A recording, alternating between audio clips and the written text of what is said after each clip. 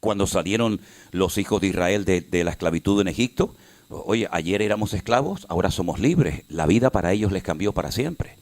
Cuando alguien descubrió América y vino a Europa y dijo, oye, que allá hay gente, que allá hay civilizaciones, que allí hay otra cultura, que allá hay otros pueblos, cambió el rumbo de la historia, ¿no? Y tantas cosas, ¿no? Entonces creo que el mundo está a punto de cambiar. De hecho, desde el año pasado, concretamente desde el día 7 de octubre, lo que es toda la zona de Oriente Medio y otros países limítrofes ha cambiado completamente, totalmente. Y el mundo está cambiando de una forma tremenda y a partir de unos pocos días, semanas o meses, el mundo va a volver otra vez a cambiar. Y la Bélgica que has conocido, o la Europa a la cual viniste a ganar dinero, a empezar una vida nueva, no va a ser la misma que tú te encontraste cuando llegaste aquí. Nosotros acabamos de llegar de los Estados Unidos hace unos días atrás, y los hermanos que están allí, de Guatemala, de Honduras, de México, de Perú, de todos los países cercanos, me dicen, los Estados Unidos no es lo que nosotros conocimos hace 10, 15, 20 años atrás cuando vinimos a trabajar aquí, y es que ha cambiado todo de una forma tremenda. Todo ha cambiado, el estilo de vida, la economía, la situación política, incluso el ambiente espiritual, ¿vale? Quiero decirles que Europa fue un continente que mandó centenares, tal vez miles de misioneros por todas partes del mundo. Hay obras que se abrieron en muchas partes del mundo, gente que salió de Europa, por ejemplo de Inglaterra, de Alemania, de Suiza, de otras naciones que hace mucho tiempo atrás eran lugares donde el cristianismo era muy fuerte. Nunca ha estado tan débil el cristianismo como en esta última etapa de la historia, por ejemplo en Europa. Hoy en día hay muchísimas iglesias que son mezquitas musulmanas, o se han cerrado, y otras que se van a seguir cerrando. Entonces la pregunta es, bueno, ¿esto es casualidad? ¿Qué es lo que está ocurriendo que parece como que cada vez somos minoría, como que nuestros hijos parece que tienen que ir como medio asustados a la escuela porque hay una presión social y espiritual tremenda? Bueno, esto no ha hecho más que empezar. Y la Biblia nos dice lo que tenemos que hacer y lo que no tenemos que hacer para poder vivir una vida cristiana victoriosa en estos tiempos finales, ¿eh? Así que ayer les dije que leyeran, si no lo vamos a leer ahora, el capítulo 12 del libro de Apocalipsis, pero antes de entrar de lleno en el estudio, quiero dar la bienvenida a mi hermano Domingo y a su esposa Diana. Damos un aplauso a los hermanos. Dios te bendiga. Bendiciones. Ayer le dimos la bienvenida a un matrimonio que venía de París, que están aquí con nosotros también esta mañana. Hoy nos toca dar la bienvenida a nuestros hermanos de Holanda, aunque Domingo de holandés, como ustedes pueden comprobar, no tiene nada. No tiene nada de holandés. Este es canarión total, de Canarias. Y la verdad es que yo estoy muy agradecido, y lo he dicho ya, se lo he comentado a él también, en privado, muy agradecido porque la finca esta que el Señor nos ha permitido adquirir en Alicante, esto necesitamos hacer unos baños, porque los que había eran muy pequeñitos, y Domingo se ha pegado allí un mes, ¿no? Como en la mili, ¿no? Las días, los minutos, las horas y los segundos, ¿no? 50 días, pero tienen que ir a ver los baños. Claro, yo no dejo entrar a nadie porque están tan bonitos que me da pena que me los ensucien.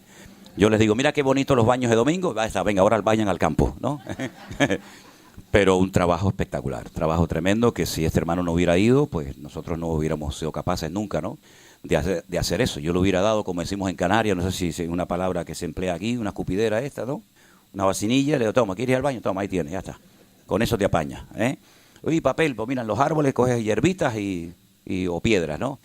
Pero bueno, la verdad que estamos muy agradecidos porque fue un hermano que se pegó, ya digo, 50 días allí trabajando fuerte, y gracias al Señor con los voluntarios que están yendo, estamos dejando aquello en condiciones, y probablemente esa finca sirva para más cosas de lo que uno pensaba en un principio que iba a ser utilizada, ¿no? ¿Hay alguien que haya venido también de un sitio lejano que está esta mañana aquí, que a lo mejor no vino? ¿Ustedes, hermanos, de dónde vinieron? Oh, también vinieron de Holanda. Ah, mira, ustedes también, los 4. Y los atrás también. Entonces, 2, 4, 6, 8 de Holanda vinieron. Un aplauso a los 8 de hermanos de Holanda. Gloria a Dios, qué bueno, no sabía. Pensé que eran de aquí. Es que ya no me entra más en el disco duro, hermano. Ya el disco duro está saturado. Nombres, caras, teléfono. A veces me despierto y digo, Elena, ¿dónde estamos?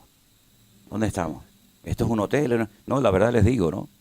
Que no me pase lo que le pasó una vez a un pastor, que viajaba tanto, que bueno, uno hoy un día aquí, hoy un día allá, un hotel, una casa, y entonces El hombre a medianoche le entró unas ganas tremendas de ir al baño, le sentó muy mal la comida y claro, como no sabía ni dónde estaba, abrió la puerta y salió para afuera, para el pasillo del hotel y trancó la puerta y el hombre se quedó allí en paños menores en el hotel con unas ganas tremendas de ir al baño y decía, Dios mío, ¿y ahora cómo entro? No tengo la llave, pero tengo unas ganas tremendas de ir al baño, estoy muy mal del estómago, me ha sentado fuerte la comida, el picante, Dios mío, ¿qué hago? Entonces vio allí esos ceniceros grandes que hay que son para tirar las colillas, ¿saben? Los que fuman, ¿saben? ¿No? Las colillas y tal, y el hombre miró para todos los lados y dijo, Dios mío, yo no aguanto más, Señor, y el hombre estaba pasándolo mal y el hombre se sentó allí y el hombre pues dejó allí el paquete, ¿no? Dejó allí el regalo.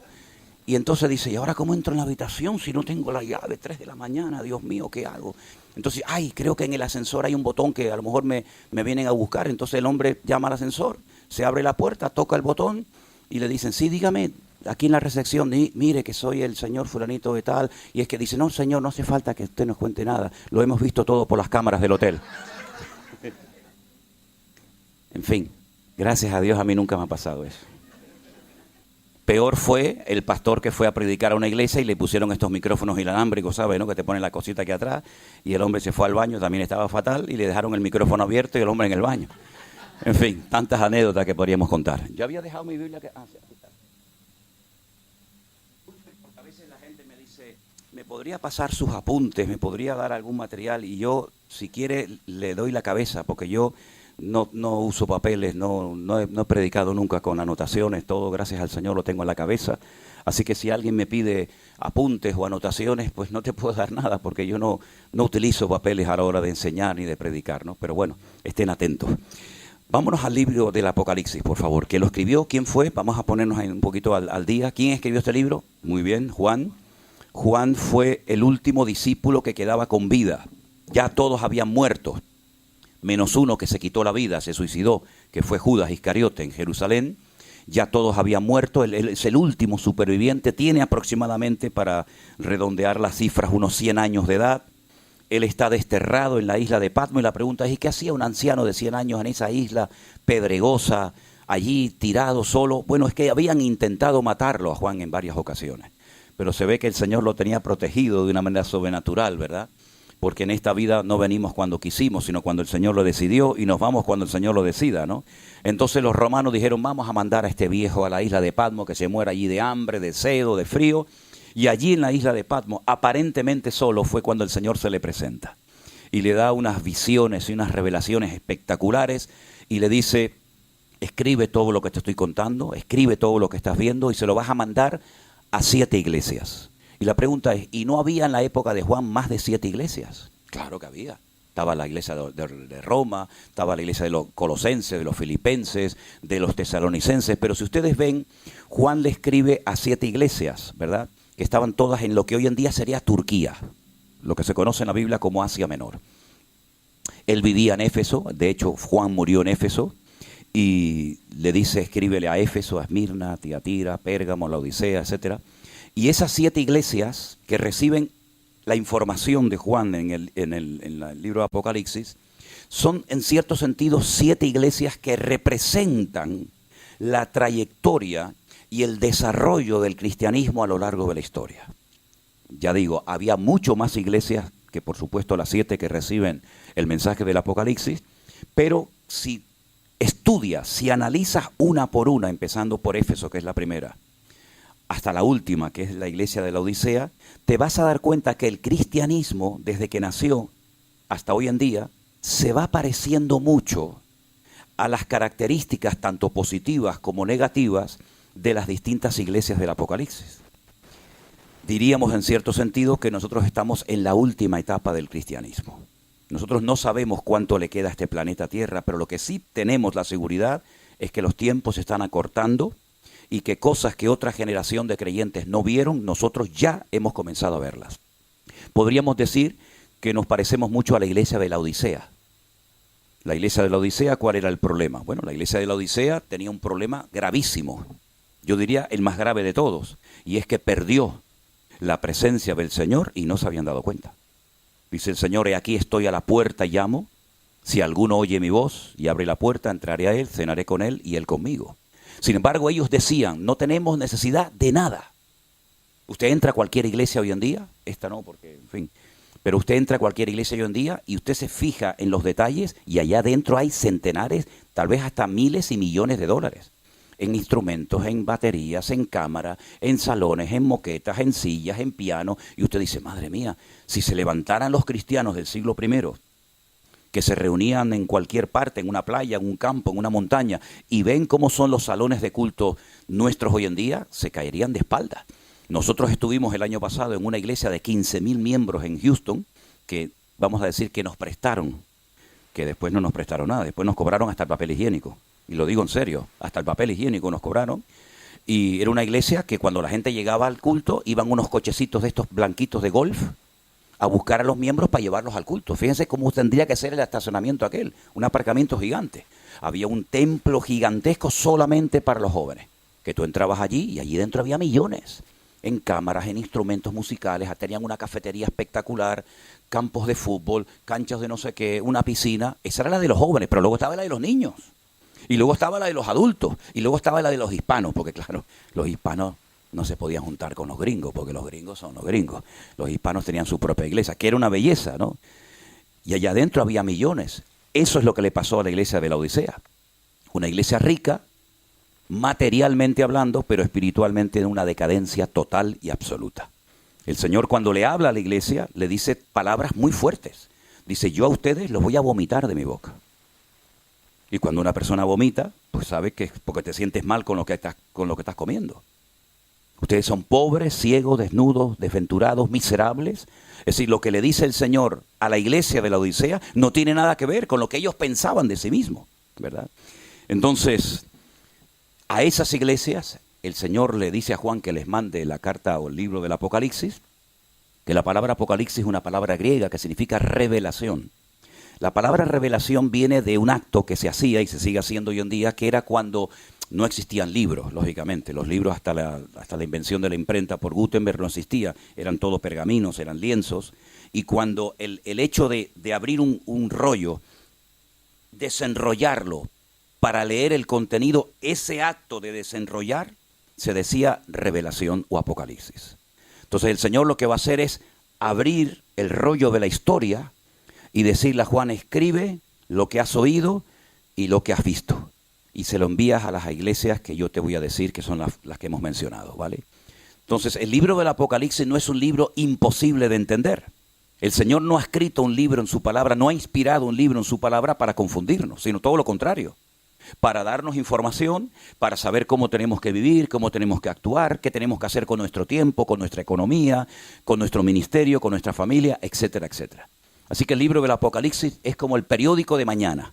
Lo que nos cuenta el Apocalipsis es muy interesante porque son cosas que en la mayoría de las veces no han sucedido todavía. Pero el capítulo 12, que es el que vamos a leer en esta mañana nosotros, es un capítulo tremendamente interesante. Parece un capítulo raro porque cuenta cosas del pasado, pero también cuenta cosas del futuro. Y es que en la Biblia hay muchos tipos de profecías. Hay profecías que ya se han cumplido. Hay profecías que son palabras de advertencia para que los que reciben el mensaje, los receptores del mensaje, sepan cómo tienen que actuar ante lo que el Señor les está diciendo. Pero hay otras profecías que las conocemos o las llamamos profecías de doble cumplimiento. Es decir, es como cuando, por ejemplo, vamos a un charco de agua, un lago, un río, y cogemos una piedra y la tiramos. Se produce automáticamente una onda expansiva, ¿sí o no? Esa onda expansiva se va ampliando, ampliando, ampliando. Resulta que tú tiraste la piedra aquí, pero si te fijas, esas ondas que va produciendo ese golpe en el agua, pues llega hasta la otra parte. Eso es lo que ocurre muchas veces. Son profecías de doble cumplimiento. Hay una parte que a lo mejor se ha cumplido, otra parte no se ha cumplido, una parte que fue para una etapa de la historia de nuestros hermanos en Cristo y una etapa que queda por cumplirse en el futuro lejano. Entonces vamos a entrar al libro de Apocalipsis, concretamente al capítulo 12, que es un capítulo muy interesante. El título que aparece arriba, lógicamente, no tiene nada que ver con la inspiración del texto, es un título que simplemente los hombres le han puesto, ¿verdad?, para saber un poquito de qué va el tema, titulado La mujer y el dragón. Muy bien, vamos a ver. Apareció en el cielo una gran señal. Quédense con esa expresión. Una gran señal. Hoy parece que los holandeses se están viniendo todos para acá. Bienvenidos los hermanos. ¿Usted era el que iba a predicar, hermano? No, porque lo veo tan elegante. Nuestro hermano Miki y su madre, un aplauso a los hermanos. Dios les bendiga. Gracias por estar con nosotros, hermanitos. Bienvenidos. Ok, apareció en el cielo una gran señal. No es una señal cualquiera, es una gran señal. Una mujer vestida del sol, con la luna debajo de sus pies y sobre su cabeza una corona con 12 estrellas. Las características que nos está dando son muy interesantes. No es un hombre, es una mujer, donde aparece el sol, la luna y 12 estrellas. Estando encinta, otro dato interesante, clamaba con dolores de parto en la angustia del alumbramiento. También apareció otra señal en el cielo. Fíjense la diferencia. En el versículo 1 dice una gran señal aparece en el cielo, pero en el versículo 3 dice que aparece otra señal. La importancia no está en esta señal del versículo 3, sino en la gran señal del versículo 1. ¿Se dan cuenta el matiz? Esa señal consistía en que un gran dragón escarlata tenía 7 cabezas y 10 cuernos, y en sus cabezas 7 diademas. Fíjate la diferencia de lo que lleva la mujer: sol, luna y 2 estrellas, y este dragón lleva 7 cabezas, 10 cuernos y una serie de diademas o de adornos. Y su cola arrastraba la tercera parte de las estrellas del cielo. Las arrojó sobre la tierra. Y el dragón, fíjense qué dato tan interesante, se paró frente a la mujer que estaba para dar a luz, a fin de devorar a su hijo tan pronto como naciese. Así que el objetivo de este dragón era doble. Era hacerle daño a la mujer, a la madre, y al mismo tiempo devorar, destruir al niño una vez que naciera.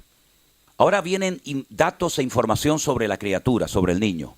Ella dio a luz a un hijo varón, no una niña, sino un varón, y ese niño regirá, gobernará con vara de hierro y con total autoridad a todas las naciones del mundo.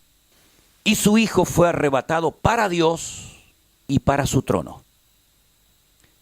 Vuelve otra vez Juan a hablar de la mujer, versículo 6. La mujer huyó al desierto, donde tiene lugar preparado por Dios. El lugar donde ella huye es un lugar que Dios ha preparado específicamente para ella, para que allí, en ese lugar preparado por Dios, la sustenten, la cuidan, la protejan por 1260 días. 1260 días son 3 años y medio, o 42 meses, como se dice también en otro libro. Después, ya pasamos ahora a otra etapa, hubo una gran batalla en el cielo. Miguel y sus ángeles luchaban contra el dragón. Y luchaban el dragón y sus ángeles, pero no prevalecieron, ni se halló ya lugar para ellos en el cielo. Fue lanzado fuera el gran dragón. Ahora nos da más información sobre el dragón. Dice que el dragón es la serpiente antigua. Y esa serpiente antigua se llama Diablo y Satanás, el cual engaña al mundo entero. Fue arrojado a la tierra y sus ángeles fueron arrojados con él. Entonces oí una gran voz en el cielo que decía: ahora ha venido la salvación, el poder y el reino de nuestro Dios y la autoridad de su Cristo, de su Mesías, porque ha sido lanzado fuera el acusador de nuestros hermanos, el que los acusaba delante de nuestro Dios día y noche. Ellos le han vencido por medio de la sangre del Cordero y de la palabra del testimonio de ellos, y menospreciaron sus vidas hasta la muerte. Por lo cual, alegraos cielos y los que moráis en ellos, ay de los moradores de la tierra y del mar, porque el diablo ha descendido a vosotros con gran ira, sabiendo que tiene poco tiempo. Cuando vio el dragón que había sido arrojado a la tierra, persiguió a la mujer que había dado a luz al hijo varón, y se le dieron a la mujer las 2 alas de la gran águila, para que volase delante de la serpiente al desierto, a su lugar, donde es sustentada por tiempos y la mitad de un tiempo. Es exactamente la misma expresión del versículo 6. 42 meses, 1262 días, 3 años y medio. Es lo mismo, pero con otra terminología. La serpiente arrojó de su boca tras la mujer agua como un río, para que fuese arrastrada por el río. Pero la tierra ayudó a la mujer, pues la tierra abrió su boca y tragó el río que el dragón había echado de su boca. Y ahora viene un dato tremendamente importante. Entonces el dragón se llenó de ira contra la mujer y se fue a hacer guerra contra el resto de la descendencia de ella. ¿Y quiénes son esos? Los que guardan los mandamientos de Dios y tienen el testimonio de Jesucristo. Qué capítulo más raro, ¿verdad? Una mujer que está embarazada, preocupada, le entran los dolores de parto y sabe que si nace el niño hay un dragón, un animal mitológico, que quiere devorar al niño, pero hay un momento en el que ella tiene que huir al desierto. El niño, cuando nace, va a gobernar, va a regir con vara de hierro a todas las naciones de la tierra. Entonces ya el protagonista es el niño, no la mujer. La mujer huye al desierto, a un lugar específico que Dios ha preparado, que Dios ha diseñado para que la cuiden, no durante miles de años, sino un tiempo corto de 3 años y medio, 42 meses o 1260 días. El dragón, viendo que su objetivo principal, que era devorar al niño, no se ha cumplido, pues se llena de ira. Ya está arrojado, ya está fuera de la presencia del Señor. La sangre del Cordero, la sangre de Cristo, la obra de Cristo lo ha derrotado. Entonces dice, bueno, ya que no he podido ni con el niño ni con la mujer, pues me voy a hacer guerra contra los descendientes de la mujer que dice la Biblia que son los que guardan los mandamientos de Dios y tienen el testimonio de Jesucristo. Y uno se queda así diciendo, ¿pero esto qué es? ¿Esto es algo que ya pasó? ¿Esto es algo que va a ocurrir en el futuro? ¿Dónde nos metemos nosotros? ¿Quién es esta mujer? ¿Quién es este niño? ¿Quién es este dragón? Vamos a empezar por el principio. La Biblia dice que este capítulo es una gran señal. Por lo tanto, es como decir, atención, atentos, ojo, esto es muy importante. No es algo para pasar desapercibido. Esto es una gran señal. ¿De acuerdo? Entonces hay que abrir los ojos, abrir el corazón, abrir la mente y decirle al Señor, Señor, muéstrame y explícame qué significa esto. Ahora, dentro del círculo teológico de la Iglesia Católica, como siempre, los católicos meten a la Virgen en todas partes. Siempre la ven por todos lados. Entonces ellos interpretan que la mujer es la madre de Jesús, María. ¿Por qué no puede ser María? Porque dice la Biblia, hay un detalle muy significativo. Aquí sería una tremenda contradicción a los católicos. Que cuando el niño no puede ser devorado, no puede ser destrozado por el dragón, que es Satanás, que es el diablo, se va a hacer guerra contra el resto de la descendencia de ella. Es decir, ya ella tenía otra descendencia. El objetivo era matar sobre todo a ese niño, especialmente a ese niño. Pero habla de que ya tenía descendencia.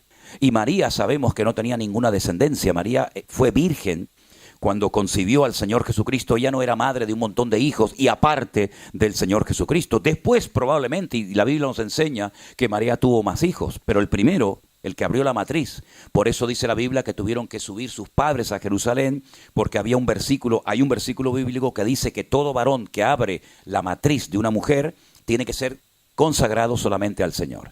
De hecho, hasta hoy en día hay una celebración que se llama Pidión, que significa que cuando una madre tiene por primera vez un hijo varón, con las hembras no se hace esta ceremonia, pero cuando tienes un hijo varón y es el primero que has tenido, tienes que ir a la sinagoga y tienes que dar un dinero para redimirlo, para comprarlo, ¿verdad? Esto es como un símbolo de lo que Cristo ha hecho por nuestra vida, que nos ha comprado y nos ha redimido, ¿verdad?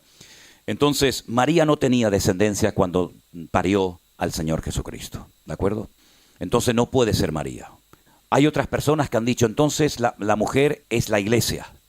Tiene que ser la iglesia porque la iglesia en la Biblia siempre es tratada como esposa, como novia, como mujer. No puede ser no puede ser la iglesia por la sencilla razón de que la iglesia no parió a Cristo, sino fue al contrario. Fue Cristo el que, por decirlo de alguna manera, parió y formó y diseñó la iglesia. Entonces, ¿de quién se trata esta mujer? Ahora, si ustedes van a la primera profecía de la Biblia, ¿cuál es la primera profecía de la Escritura? Génesis capítulo 3, verso 15. Vamos a leerlo, por favor. Esa es la primera vez que hay un dato profético de algo que va a ocurrir en el futuro La mujer lo oye, Adán lo oye, Satanás también lo oye. Y esta es la primera profecía de la Biblia. Y dice así, Génesis 3, versículo 15. Si quieren arrancamos desde el 14. Jehová Dios le dijo a la serpiente, escuchen, le está hablando Dios al enemigo, al diablo. Por cuanto hiciste esto, maldita serás entre todas las bestias y entre todos los animales del campo. Sobre tu pecho andarás y polvo comerás todos los días de tu vida. Se ve que antes la serpiente cuando tentó a Eva no se arrastraba, porque la consecuencia de su pecado es que a partir de ese momento se arrastraría. Luego probablemente antes volaría o caminaría, o vete tú a saber qué hacía. Entonces le dice al diablo, aparte de eso, pondré enemistad. Habrá una lucha constante y permanente, una enemistad entre ti y la mujer. Entre tu simiente y una simiente suya, es decir, un heredero de ella. Esta te herirá en la cabeza y tú le herirás en el calcañar. Parece como que el Señor no está diciendo mucho, pero está diciendo muchísimo. Está diciendo que un descendiente de la mujer, que no sabe Satanás cómo se va a llamar, ni dónde va a nacer, ni nada, sino simplemente tiene este dato, porque el diablo no es omnisciente, es decir, no lo sabe todo, pero va cogiendo datos que Dios le va dando, ¿verdad? Porque el diablo no es un ser, perdonen la expresión, no es un estúpido, es un ser acabado en hermosura, lleno de sabiduría, el sello de la perfección, son los calificativos que el Señor utilizó para definirlo una vez que lo creó, no como diablo evidentemente, sino como arcángel. Por lo tanto, el diablo sabe perfectamente, porque Dios se lo ha dicho, que él va a poder herir en el calcañar, en el tobillo, en los tobillos, la parte más baja del cuerpo, él va a poder herir a un descendiente de una mujer, pero que al mismo tiempo a ese que él va a poder herir, él va a ser herido en la cabeza. Claro, Satanás dice, bueno, ¿y de quién se trata? Ahora nacen dos hijos, hay dos, está Caín y está Abel. Si yo le pongo en el corazón a Caín, que es un desobediente, que es un rebelde, que hace las cosas a su manera, creyendo que de esa forma se puede agradar a Dios, si yo le pongo en el corazón a su hermano que mate al que Dios le ha bendecido, al que Dios le ha hablado, ya me quedo con un 50%. La Biblia dice que Caín engañó a su hermano, salgamos al campo y estando en el campo se levantó contra él y lo mató. Pero sin embargo, al poco tiempo se da cuenta de que Caín es maldecido por Dios. Maldito será el que persiga a Caín, el que mate a Caín, le pone una señal en la frente. Por lo tanto, Satanás sabe que Caín no puede ser el que le va a herir a él en la cabeza. Y si leemos todo el Antiguo Testamento, nos vamos a dar cuenta que es la continua persecución, el continuo ensañamiento por parte del diablo de tratar de impedir por todos los medios que ese niño nazca. Lo intentó en Egipto, lo intentó en el cautiverio babilónico, lo intentó de muchas formas y maneras, tratando de impedir, tratando de obstaculizar que ese niño nazca. De hecho, al poco tiempo de nacer el Señor Jesucristo, que ese era el descendiente de la tribu de Judá, ese era el futuro Mesías, la Biblia dice que nuevamente vuelve a poner Satanás en el corazón del rey Herodes, que era el que gobernaba Judea en aquella época, que vuelva a matar a todos los niños. Y para que no se le escape ninguno, pone la edad de 2 años para abajo. Porque cuando los magos llegaron de Oriente, no vieron un niño recién nacido, como los pastores. Cuando los magos llegaron de Oriente, no vieron, repito, a un niño recién nacido, sino vieron a un niño ya grandecito. Ya no estaba en un pesebre, ya no estaba en una azucá, ya estaba en una casa. ¿De acuerdo? A veces lo juntamos todo y ahí está la burrita, el burrito, José, María, los magos, los pastores, y eso es un rollo que no tiene absolutamente nada que ver con la cruda realidad. Ahora, Satanás no fue capaz de impedir el nacimiento del Señor Jesucristo. Ni siquiera fue capaz de obligarlo o de presionarlo para que bajara de la cruz. Si eres el Hijo de Dios, baja y demuéstranos a todos que eres poderoso, ¿verdad? Satanás sabe perfectamente que fue derrotado y fue vencido por el sacrificio de Cristo en la cruz. Que aunque él logró clavarlo y herirle en el calcañar y también, por supuesto, en las manos, en el costado y en la cabeza, él sabe que ese día, aunque no se vio, él sabe perfectamente que ese fue el fin de su vida o de su poder o de su influencia en el mundo.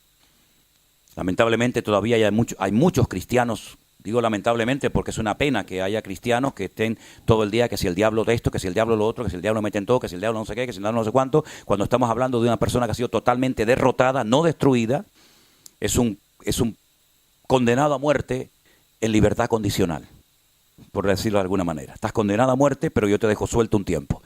Porque Satanás no está atado, Satanás no está en el infierno. Satanás anda dando vueltas, buscando a quien devorar, ¿verdad? Ahora bien, la mujer es el pueblo de Israel, que recibe la promesa por medio de Eva, por medio de Abraham, por medio de Isaac, por medio de Jacob, por medio de las tribus de Israel, recibe la promesa de que algún día un descendiente del pueblo de Israel, y fue dando datos el Señor a lo largo de la historia, diciendo de las 12 familias, esta es la familia de la cual va a proceder el Mesías, y es de la tribu de Judá, de la cual era el rey David, ¿verdad? Entonces, la mujer es el pueblo de Israel, el niño es el Señor Jesucristo, que tenía que nacer. Ahora, si ustedes se dan cuenta, el arcángel Gabriel apareció en varias ocasiones en lo que llamamos nosotros el Antiguo Testamento. Pero la primera vez que el ángel Gabriel aparece en el Nuevo Testamento es cuando va a la casa de una mujer llamada Miriam o María. Y le dice 7 cosas que van a suceder con ese niño. Una de las cosas que le dice es que reinará sobre la casa de Jacob y su reino no tendrá fin. Será un rey eterno. No como los reyes de Judá o de Israel que reinaban un tiempo y morían, sino que ese niño algún día gobernará sobre todas las naciones de la tierra y sobre la casa de Jacob para siempre, y su reino no tendrá fin.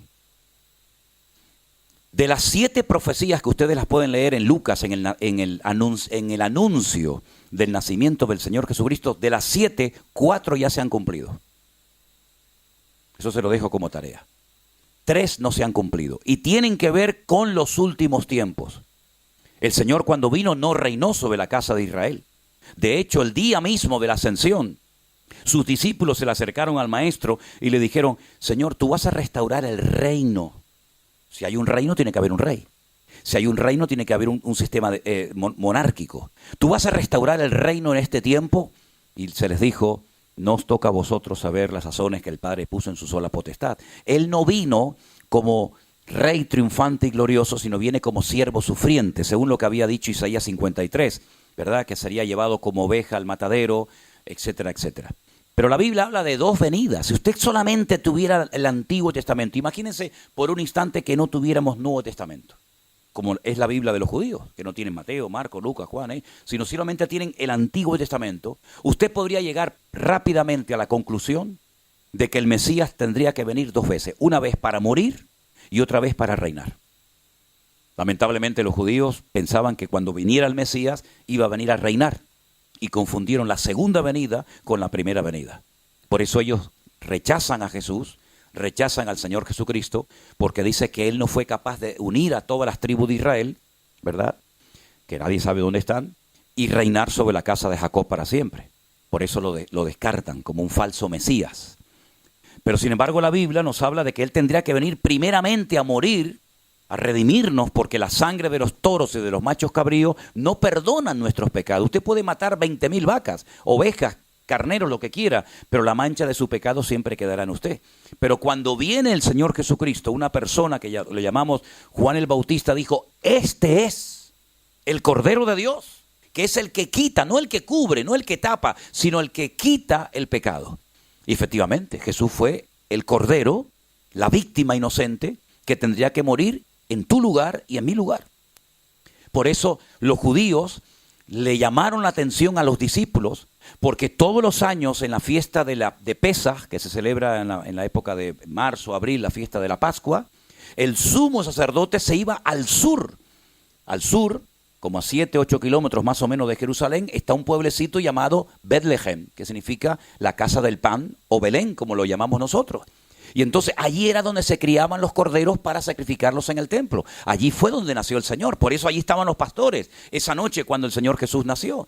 Y entonces el sumo sacerdote iba a Belén y compraba 2 corderos. Y cuando iba rumbo a Jerusalén, la gente en esa puerta estaba esperando al sumo sacerdote, y cuando lo veían en el horizonte, cuando veían que venía con los 2 corderos, la gente comenzaba a decir, Baruch haba Beshem Adonai. Bendito el que viene en el nombre del Señor. Entonces, un cordero, echaban suertes, hacían como una especie de rifa, no sé, una especie de suerte, y decían, bueno, a este le tocó morir aquí en el altar en Jerusalén, y al otro lo tenemos que mandar a Azazel, se llamaba así, al desierto. y allí tiene que morir, allí tiene que ser despeñado. Tan pronto muera el cordero en el desierto, nosotros que estamos en Jerusalén sacrificamos al otro cordero que estaba vivo. Sí, pero no había teléfono, no había WhatsApp. ¿Cómo sé yo que estoy en Jerusalén, que este cordero que se ha llevado al desierto ya está muerto y ya puedo matar al que está vivo? ¿Cómo lo sé? Entonces les ocurrió una idea genial. Cuando ustedes van a Jerusalén se van a encontrar a muchos pidiendo en la calle dinero y te venden un hilito rojo que te lo amarran aquí. Y ellos dicen, no, para la buena suerte. Pero fíjense lo que se hacía. Se ponía un hilo en uno de los cuernos del carnero que se llevaba al desierto y otro hilo en el que se quedaba en Jerusalén. Milagrosamente, cuando el cordero que se llevaba al desierto para ser despeñado y muerto era el que se llevaba los pecados, ¿vale? Era como que le cargamos todos los pecados a este animal y lo llevamos al desierto para que se lleve nuestros pecados y allí lo matan. Cuando ese cordero era muerto en el desierto, el hilito blanco que tenía el cordero que se había quedado en Jerusalén cambiaba de color y se ponía rojo. Y la gente sabía, ya ha muerto el cordero del desierto. ¿Saben ustedes que desde el día que murió el Señor Jesucristo en Jerusalén, nunca más el cordón cambió de color? Nunca más, lo dice el Talmud, jamás. Pero ellos siguen con la tradición de que si quieres tener buena suerte, te venden un hilito rojo que te lo pones en la mano. De hecho, hay muchos lugares que la gente se pone para el mal de ojo, para la buena suerte, ¿no? ¿Verdad? Le ponen un cosito rojo. De ahí viene toda esa vaina. De ahí viene toda esa leyenda, toda esa tradición. Entonces, cuando el sumo sacerdote venía con los dos corderos y la gente salía a recibirlo, pues ya sabían que venía. Entonces lo tenían una semana examinando a ver si era correcto, si no era correcto, si tenía un defecto, si era cojo, si era ciego, si no sé qué, si no sé cuánto. Y entonces lo examinaban y era apto para el sacrificio. Pero resulta que ese día la gente no salió a la puerta a recibir al sumo sacerdote que venía con los corderos, sino se fueron a la otra puerta, se fueron a la puerta del este. Y entonces toda la multitud comenzó a decir, Baruch, Jabá, Beshen, Adonai, bendito el que viene en nombre del Señor. Pero ¿quién viene ahí? ¿Quién viene por ahí? Viene uno montado en un pollino de asno. Y entonces los religiosos salieron corriendo y le decían a los discípulos, cállense, ¿pero qué están diciendo? Si ustedes no tienen que decirle esto a este hombre, ustedes se lo tienen que decir al sumo sacerdote que viene por la otra puerta que lo han dejado solo. Y entonces dijo el Señor, si estos se callan, las piedras hablarían. Y ese día entró triunfalmente el Señor Jesucristo, pero Él sabía perfectamente que en esa misma semana lo iban a crucificar. Porque Él sabía que había venido para morir en una cruz. Pero y entonces las profecías que hablaban de un Mesías reinante, de un Mesías que iba a venir a gobernar, no se cumplieron. Fue un fracaso, no. Es que, por así decirlo, la venida del Mesías tiene dos partes. Parte A y parte B. Y entonces, ¿cómo podemos saber cuál es una y cuál es otra? Porque tanto el hebreo, el idioma del Antiguo Testamento, como el griego, el idioma del Nuevo Testamento, no hace falta dar muchas explicaciones, sino que hay palabras, términos concretos y específicos para saber a qué venida se está refiriendo el autor de la carta. Por ejemplo, cuando usted lee la palabra epifanía, hace referencia a la primera aparición física y visible del Mesías. Pero cuando usted lee en los textos del Nuevo Testamento la palabra parousia, usted se da cuenta de que el autor está hablando de una aparición del Mesías, pero de una segunda aparición que es como rey triunfante y glorioso. La primera nosotros no la vimos, pero la segunda no le quepa la menor duda de que la vamos a ver y disfrutar, porque dice que reinaremos juntamente con Cristo. Ahora bien, el niño que nace es el Señor Jesús. Pero viendo que no pudo destruirlo, se ensaña contra la madre, que es la mujer de la historia del capítulo 12 de Apocalipsis, y dice que hace guerra contra ella. ¿Ha habido un pueblo más perseguido a lo largo de la historia que el pueblo de Israel? De todas partes los han expulsado. Hay escritos de los famosos judíos de antaño que dice que los dos lugares donde vivieron durante siglos los judíos y se sintieron muy cómodos, muy a gusto, como si fuera su propia tierra, fue España y Alemania. qué curioso que de esos dos países, de esas dos naciones, donde tan cómodos se sentían, los mataron, los masacraron y los expulsaron, los que pudieron. ¿Qué les parece? Entonces el pueblo de Israel ha sido un pueblo que siempre ha sido perseguido desde los tiempos ancestrales, desde los tiempos que nació, ya desde el vientre de la madre. Aquella mujer que tenía una guerra en su interior, ¿se acuerdan? Y se fue a consultar al Señor y dijo, Señor, se están matando. ¿Qué me pasa que aquí dentro, en vez de disfrutar de este embarazo, tengo una guerra aquí adentro? Y el Señor le dijo, es que efectivamente eso es lo que tienes dentro. Tienes dos naciones dentro de tu vientre. Tienes a dos criaturas y el mayor servirá al menor. Y serán diferentes por fuera y por dentro. Tú veías por fuera a Jacob y veías a Esaú y no parecían hermanos gemelos. Uno era peludo como un oso. El otro era lampiño, el otro era un salvaje, como dice el hebreo, era un pere Adán, era un salvaje hombre, era un cazador, era un hombre violento, un hombre agresivo, estará contra todos y todos contra él, y el otro era tranquilo, pacífico, más calculador, más de cabeza, el otro era todo visceral, ¿no? Y la Biblia dice que Esaú quiso matar a su hermano. Sin embargo, se cumplió lo que dijo la palabra de Dios, que el mayor, el primero, porque el primero en hebreo es el Bejor. La palabra primogénito en hebreo es Bejor. Y la palabra Bejor viene de la palabra Berajá, que significa bendición. El primogénito se llevaba 3/4 partes de la bendición, de la herencia del padre. Y al pequeño se le daba pues lo que quedaba, ¿no? Si es que quedaba algo. Pero el Señor ya había dicho, el Señor ya se había decantado por el menor. Porque en hebreo, en el judaísmo hay la siguiente costumbre. Imagínense que este es el vientre de la mujer. Si cogemos una piedra y la metemos, va al fondo de la botella, ¿sí o no? Y si cogemos otra piedra, llega y se posa sobre la piedra que está al final. La primera que entró, sale la última. Y la última, sale la primera. Eso es como ellos explican un parto de gemelos. El primero que entró en el judaísmo es el primogénito. El segundo tiene que servir al primero. Aunque entró primero, sale el segundo. Es decir, el Señor sabía perfectamente que Jacob tenía que ser el heredero, por eso le cambia el nombre y le dice, el nombre que tus padres te pusieron va en consonancia a tu carácter. Por eso la palabra Jacob, la primera letra es un gancho, porque él enganchó con su manita a su hermano. Y para recordar que él fue el que le agarró al calcañar a su hermano, le pusieron una letra que es como un gancho, que se llama la letra Yod, en la primera letra, Jacob. Pero cuando él tiene un encuentro con el Señor le cambia el nombre. Y le dice, ya no vas a ir por la vida pues haciendo las triquiñuelas que todos sabemos. Ahora te voy a llamar Israel. Es un nombre inventado por Dios. Israel tiene la letra Yod, la letra Sim, la letra Resh, la letra Aleph y la letra Lamet. En esas letras, la primera letra, la letra de Jacob, tenés a Jacob y a Isaac. Jacob y Isaac. En la segunda letra, la Sim, la Sames, perdón, pero la Sim, pero con sonido S, tienes a Sara. En la letra Resh tienes a Rachel y a Rebeca. En la letra Aleph, que es la A, tienes a Abraham. Y en la letra Lamet tienes a Lea.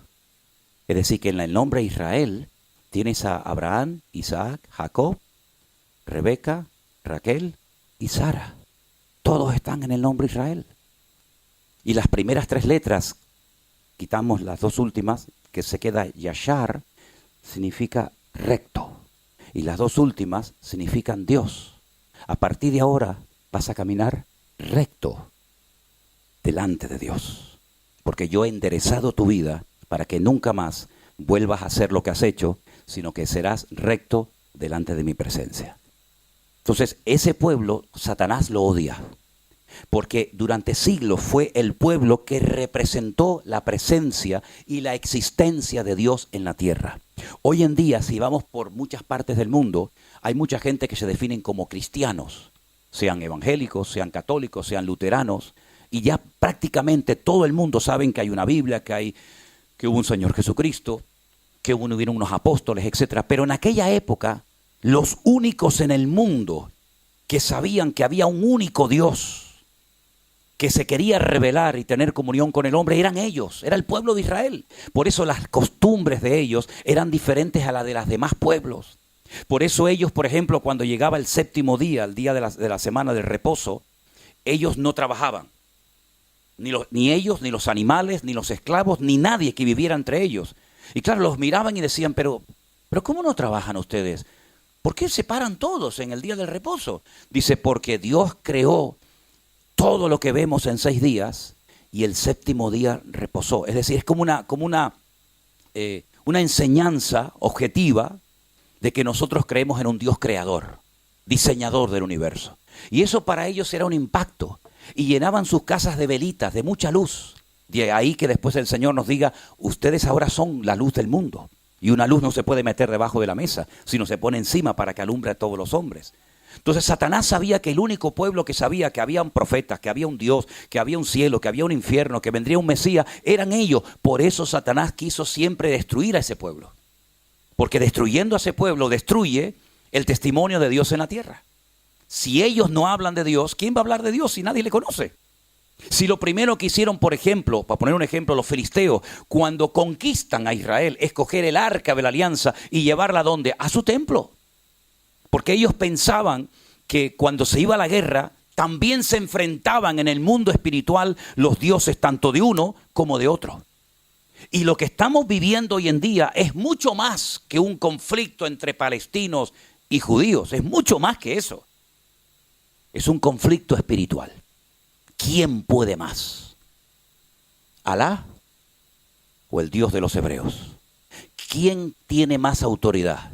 Por ejemplo, el Corán, que es el libro sagrado para el mundo musulmán, o las escrituras de ustedes, los judíos. Es todo un conflicto espiritual que no se arregla con bombas, que no se arregla con tiros. Al contrario, cada vez va a ser peor. Y va a llegar un momento que no se va a poder controlar, porque es más y más y más y más y más, ¿verdad? Es el ojo por ojo y diente por diente. El único que puede poner paz, verdadera paz, es el creador del universo, es Dios. El hombre no puede poner paz. Hoy firmas un tratado de paz y mañana lo quebrantamos. Hoy digo, bueno, no nos atacamos más, mentira, mañana nos atacamos otra vez. Y siempre el hombre está pensando en cómo atacar, cómo destruir, cómo hacer esto, cómo hacer aquello. Si alguien logra destruir a Israel, si alguien fuera capaz de destruir a esa gente, demostraría 2 cosas. Que el Dios de ellos es más débil que el mío. O que Dios es un mentiroso y no pudo cuidarlos como tú dijiste que los ibas a cuidar. Ahora, fíjense que no estamos hablando de un pueblo perfecto, ni mucho menos, cuidado, cuidado. Pero Dios dice, yo he empeñado mi palabra. Yo sé que hoy en día la palabra de un hombre pues vale poco, pero hace muchos años tú le dabas la mano a un hombre y no hace falta firmar ningún contrato. Yo te digo que te voy a vender mañana mi auto y te lo vendo. Ya me pueden venir hoy 50 personas a ofrecerme millones. Yo he empeñado mi palabra y te he dicho a ti que mañana te vendo mi auto. Eso era durante mucho tiempo. La palabra de un hombre, como decían los católicos, iba a misa, ¿no? Tenía un peso. Lamentablemente hoy en día la palabra cada vez vale menos. Pero la palabra de Dios es poderosa, es fiel. Y Dios dio su palabra de que protegería a ese pueblo no por ser los mejores, sino por ser los peores.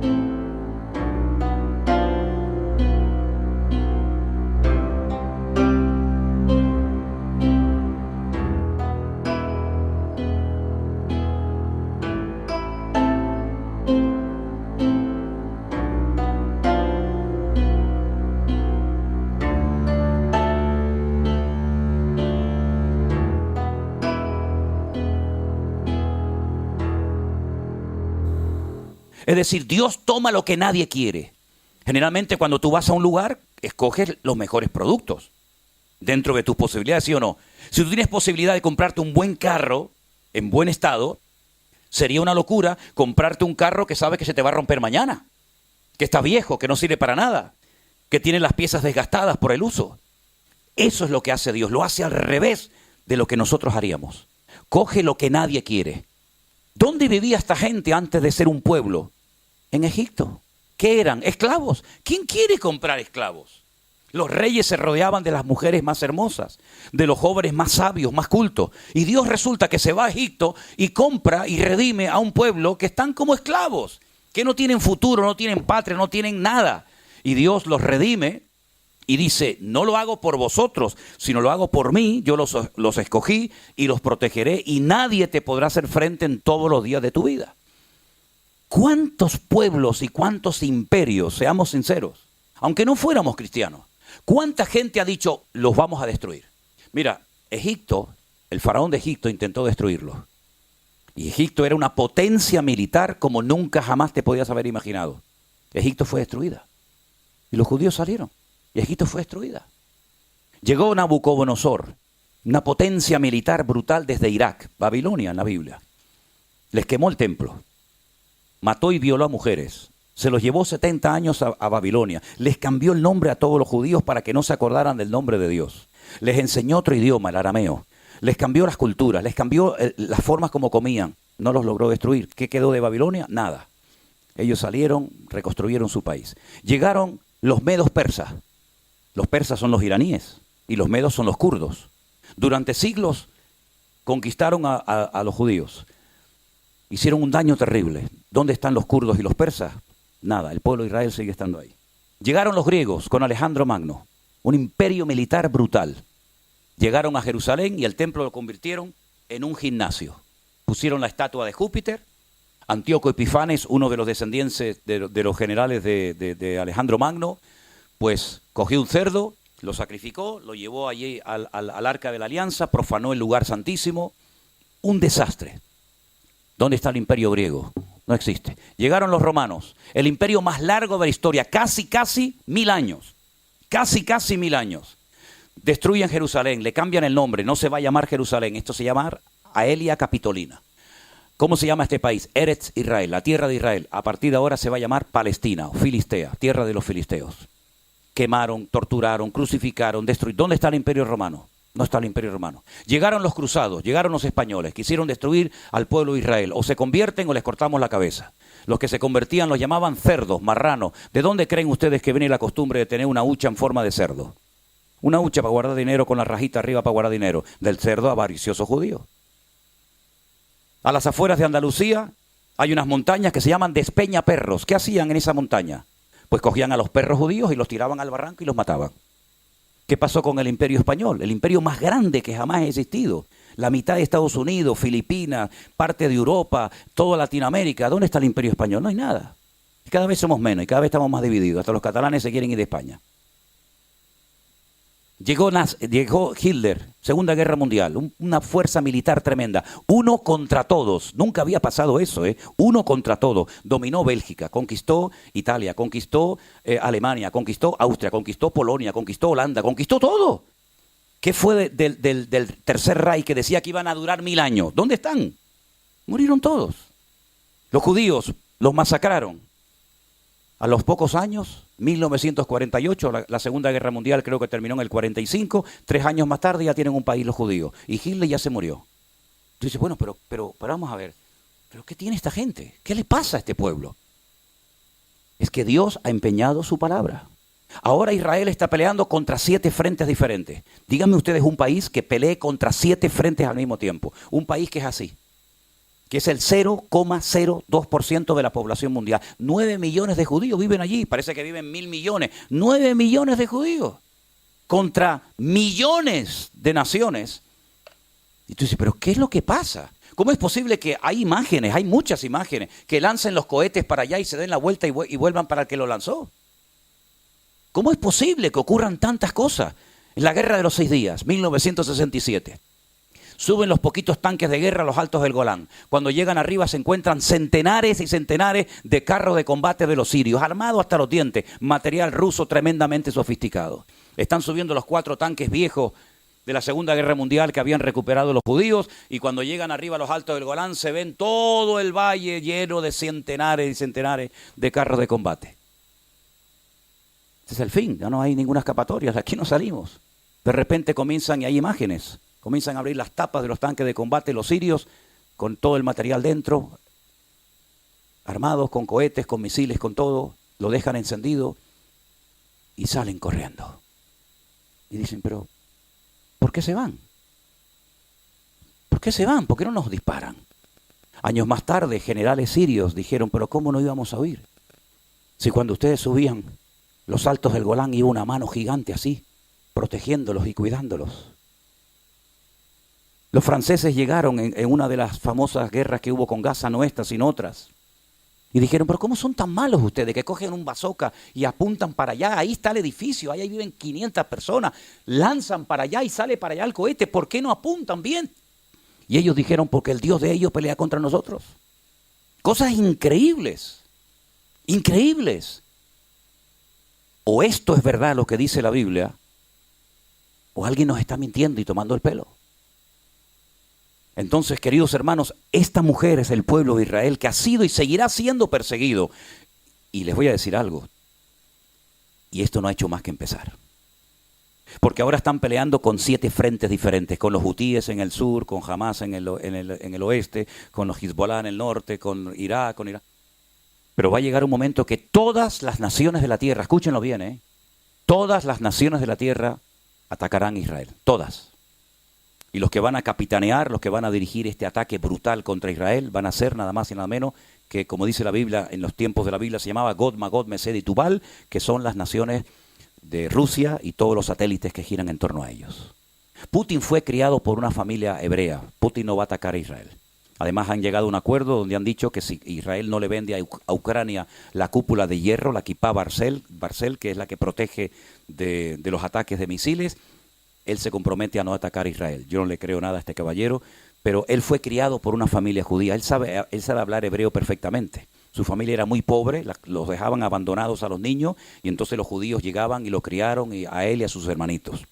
Y él sabe mucho de la Biblia, sobre todo de las profecías del Antiguo Testamento. Y él sabe que hay una profecía que habla de que el oso del norte, que es Rusia, atacará a Israel. Y eso es lo que dice la Biblia, que las naciones, sobre todo el ataque fuerte de Israel, vendrá del norte. En este momento todas las ciudades del norte están totalmente, de la Alta Galilea, todas están totalmente vacías, todas. Hace unos días hablamos con un matrimonio, unos amigos nuestros, hermanos en Cristo, en la ciudad de Tiberias, y dicen, estamos viendo todos los días caer los misiles dentro del lago de Tiberias. Lo estamos viendo todos los días. Misiles por la mañana, misiles por la tarde, misiles por la noche, algo tremendo.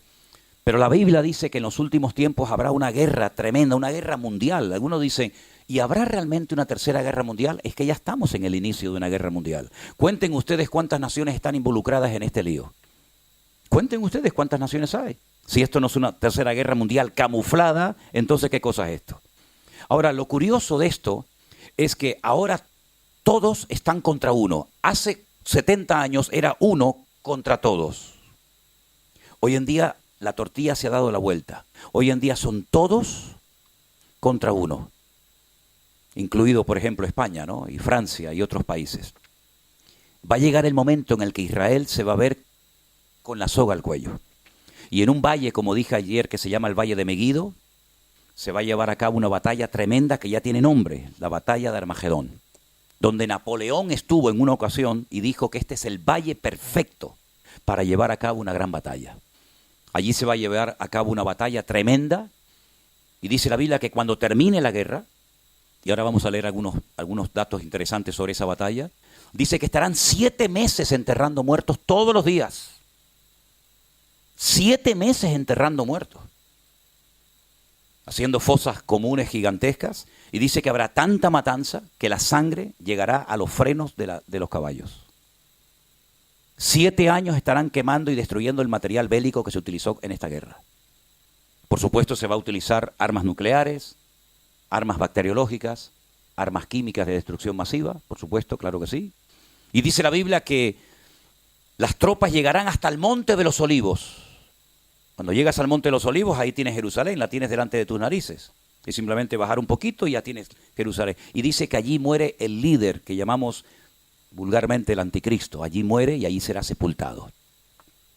Es interesante notar que todo se está dando de una manera tan espectacular que nosotros no vamos a pasar desapercibidos y no nos va a pasar nada. Ya sé que tal vez algunos de ustedes, en su teología, de su denominación, les enseñaron que cuando las cosas comiencen a ponerse muy complicadas y muy difíciles, el Señor nos iba a arrebatar y nos iba a llevar a su presencia. Eso no se puede demostrar bíblicamente. Y sé lo que digo, Y llevo 44 años hablando de la Biblia. Así que si alguien me puede demostrar con la Biblia que la iglesia en el momento más crucial de la historia no iba a estar, yo les desafío a que me lo diga.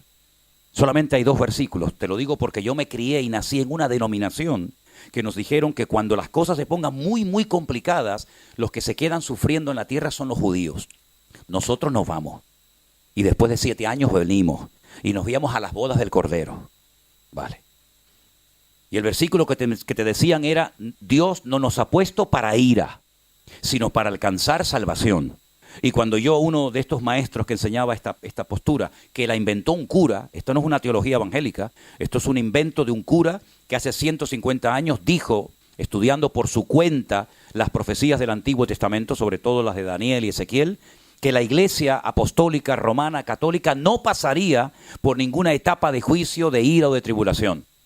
Y Scofield fue el que introdujo sus comentarios en una Biblia que se conoce hoy en día como la Biblia de Scofield. Pero en ningún momento, a lo largo de 2000 años, los cristianos creyeron que cuando las cosas se pongan difíciles, los cristianos no vamos a estar en el mundo. Es más, si hay una característica que identifica el verdadero cristianismo, es que siempre ha habido mártires, siempre ha habido crucifixiones, siempre ha habido quemados, siempre ha habido tortura dentro del mundo evangélico. Y como dije anoche, es muy fácil vivir en Holanda. Es muy fácil vivir en Canarias debajo de una cocotera tomando el sol.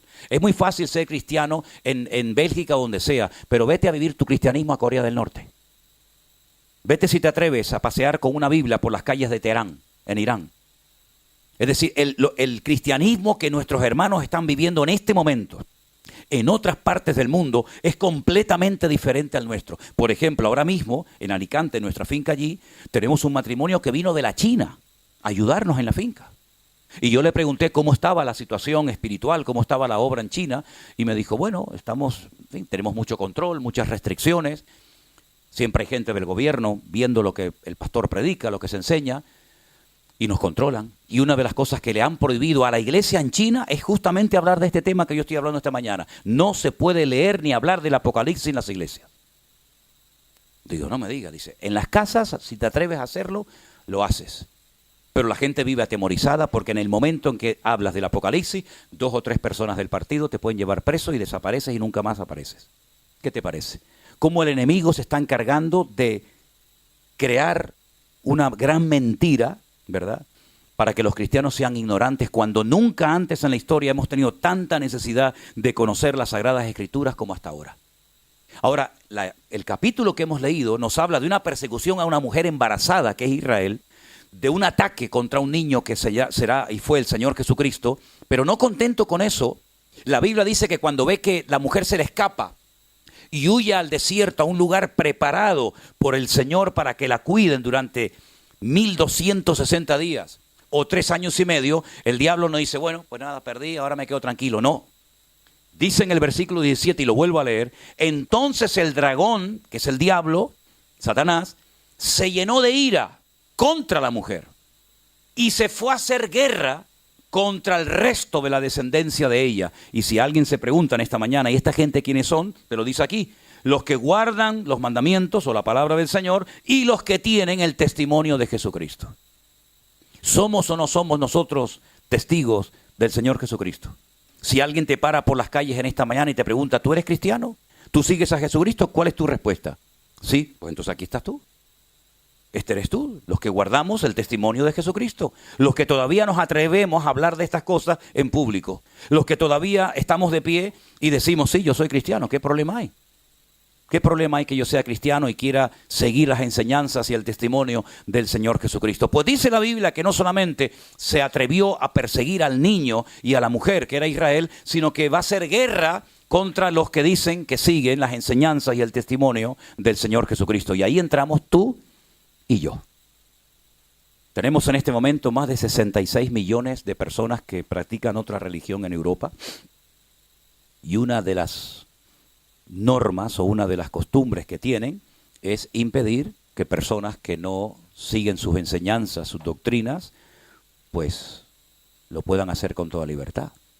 Un verdadero musulmán, no uno de estos de pacotilla, un verdadero musulmán tiene que hacer todo lo posible para que el Islam se extienda por todas las naciones de la tierra y que el cristianismo no siga extendiéndose.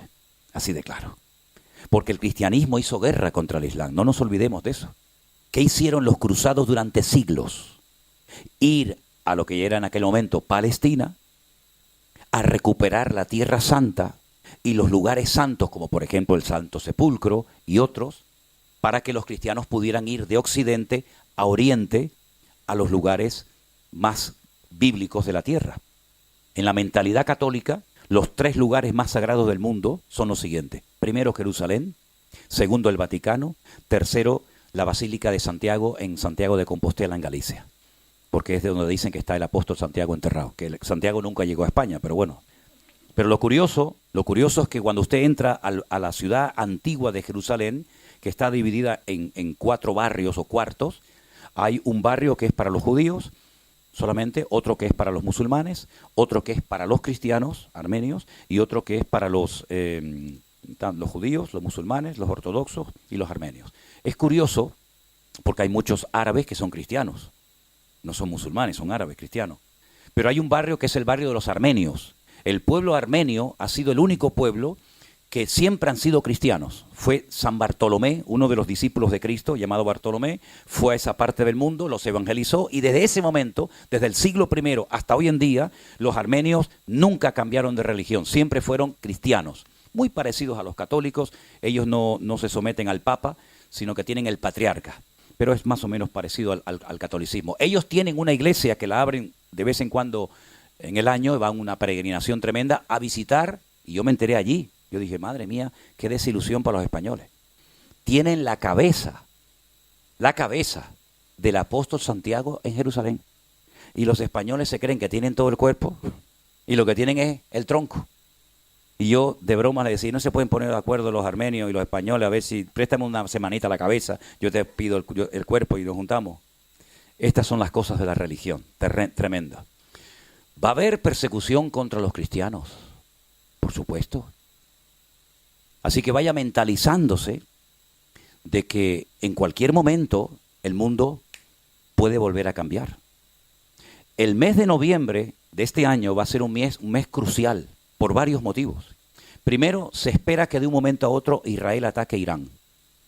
Si Israel ataca a Irán, esto va a ser un detonante brutal, porque no va a atacar con bombitas de agua. Va a ser un ataque bestial. Aunque todos están tratando de frenarle. Hace años, para ponerles un ejemplo, Siria construyó una presa, un dique, para cortarle el suministro de agua del norte, que es donde nacen los ríos, a Jerusalén y que Israel se quedara sin agua. Israel atacó y destruyó ese muro de contención. Lo volvieron a construir por segunda vez. La aviación israelí lo volvió a destruir por segunda vez y le dijo, la tercera vez, si te atreves a levantarlo, te destruyo la ciudad de Damasco. Y ellos tienen miedo porque hay una profecía en la Biblia que algún día Damasco, capital de Siria, será destruida y será un montón de ruinas. De hecho, la semana pasada, Damasco, capital de Siria, recibió un ataque israelí brutal. Porque la Biblia dice que Damasco desaparecerá. No lo digo yo, lo dice la Biblia.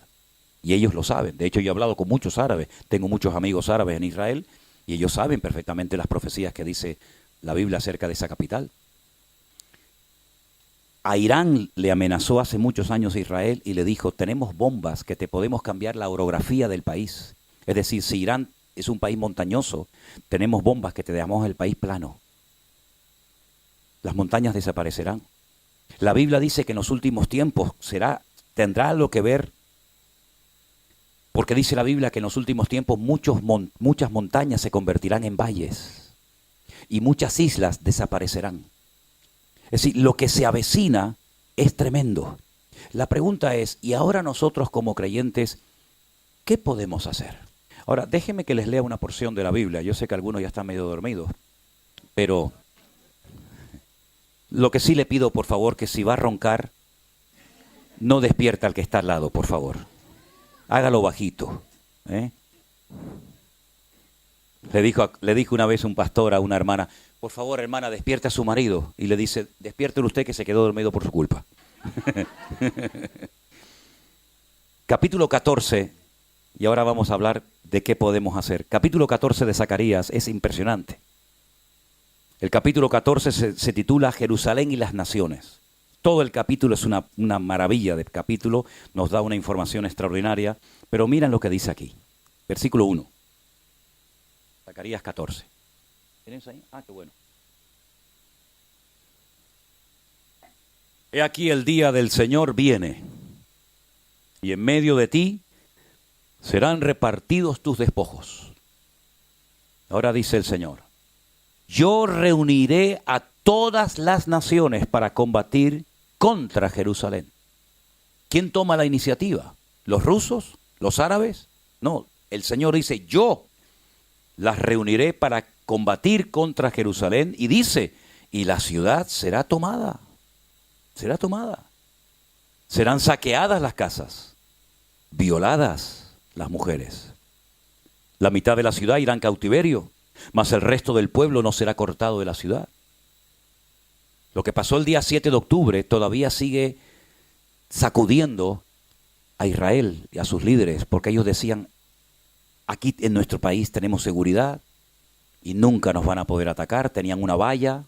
Yo he estado por toda esa valla, he visitado todos los kibutzim, estuve a cientos de metros de la franja de Gaza, por ese camino que se llama el Camino de la Muerte, por donde ustedes vieron los vídeos que entraban con las motos y todo aquello, con aquella pala mecánica.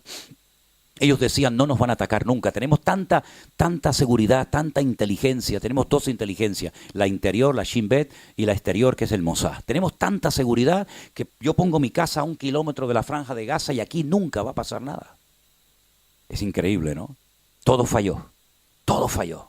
La policía, los militares, los aviones, los helicópteros, todo falló. Y en un día, todo cambió radicalmente. Increíble, ¿no? Pues dice la Biblia que eso que pasó el día 7 de octubre en el sur de Israel, va a pasar, pero ahora en la capital, en Jerusalén. Y Jerusalén dice que será atacada, las mujeres serán violadas, las casas van a ser saqueadas. Después, versículo 3, saldrá el Señor y peleará con aquellas naciones, como que peleó en el día de la batalla. Y entonces dice algo aquí tremendo. Esto nunca ha ocurrido, esto es profético totalmente, 100% profético. Se afirmarán sus pies en aquel día sobre el monte de los olivos, que está enfrente de Jerusalén, al oriente, al este.